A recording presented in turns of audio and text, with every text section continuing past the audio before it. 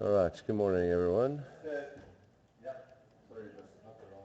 Let's get going here.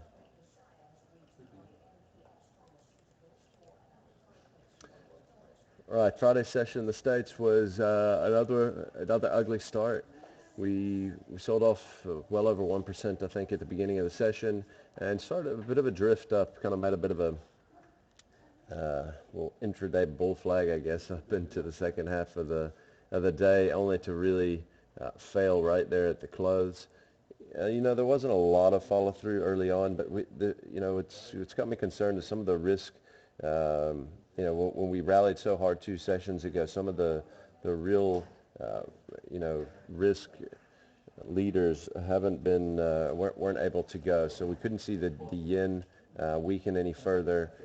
We couldn't see a couple other things like oil and that sort of thing. We couldn't see them catch any rally, and so that really had me a little bit worried. We started to get a little bit soft since then, and now all of a sudden things kind of quickly feeling shaky again. So we did have the non-farm payroll number, obviously, on Friday. Came in better than expected. Unemployment also dropped about 0.1%.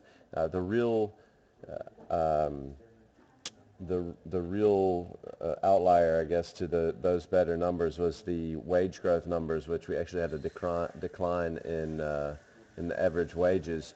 And so that's, I think, had the market a little bit nervous. That kind of set the gold price running a little bit, and maybe had the dollar a little bit softer on the day. So that's going to be one of the things that we're going to want to watch really closely, is to see how the market takes us going forward. If December can always be a bit of an outlier, but the revisions were also a little bit worse for wage growth. So that's going to have the markets nervous for the next month until we see this next set of data. So keep that in mind. We've got the gold shares here that have been absolutely on fire, basically doubling up over the past couple months with a maybe $30 bounce in the gold price, which is quite spectacular. So some interesting action here in some of these stocks. All right, let's move on to Asia. Still Shanghai actually come down over 2% today. There was one of the property companies on Friday, one of the medium-sized property companies, late Friday in the U.S. session, missed a $128 million bond payment. And, to me, that was a real, when I saw that, it really just reminded me kind of 2008, 2009 kind of stories where, the market went soft, in terms of real estate side, and, you couldn't move anything, and everything had gone to crap, and you'd seen all the stocks and shares and everything come under pressure. But it really wasn't until it wasn't until they let Lehman go. It wasn't until Lehman went under that things really got messy. After they had bought Bear Stearns and the whole story, everything was still fine. When Lehman went under, that was that was where the domino effect started, because of the fact that all of those assets came out to a market where there was no market for it. And so that's real concerning. I think we need to pay attention to that, watch it real closely. In China, obviously China down a little over 2% today, a little bit nervous there. We have to see how this one's going to play out. But to me, what's happening right now, the physical commodities at the moment, what we're still seeing out of China, we haven't even been able to see a day cap bounce. We saw, a 2 or 3 day, 4 day stabilization in the oil price. But right now, to me, I think we could still get heavier from here, and we could still have further losses in some of these commodity stocks. All right, chart of interest today fits in nicely to that lower iron ore prices, obviously decimating a lot of the employment space there in Australia. You can see the total mining employment versus the iron ore price, and the way that they're following with a bit of a lag of the employment. So I think that will continue to get worse as well. So we'll have to watch this. That's obviously going to continue to put pressure on Australia. Australia and Canada in particular, I think, are really vulnerable if you are looking at anything in terms of the macro picture. If you're playing on the FX side, they both have big exposure to the mining space. Canada more specifically to oil, Australia more specifically to iron ore. But the problem with both of them is that their housing markets are so overbought and they're so overdeveloped. So if you look at that putting pressure on the economies and end up being a domino effect onto the housing market, you could end up seeing things get a little bit messy there, and you can see currencies and those countries continue to devalue. All right, we've got a few stocks going to ex-div today. We've got RLOs, OMNs, OCEs, and NPKs. So look out for that on the open. Don't get caught if you're playing those on the open. We had Chinese new yuan loans this morning. The survey came in a little bit better than prior numbers. We have the Bank of France business sentiment numbers that come out at 9:30, and we've got local manufacturing production at 1. So nothing to look at today on the data front whatsoever. And let's get into some of the maps. First thing we want to look at this morning is the dollar rand. Now, kind of contrary to what we've seen, the dollar has softened a little bit over the last few sessions, but we had a nice rally here out the rand. I think maybe it's popping its head up a little bit because of the gold price. We popped through about 11.55, which is really where the resistance was against the rand. We've popped nicely through that. We're at 11.48. We've got, I would say, maybe some potential for us to move all the way down here closer to the 11.35 level.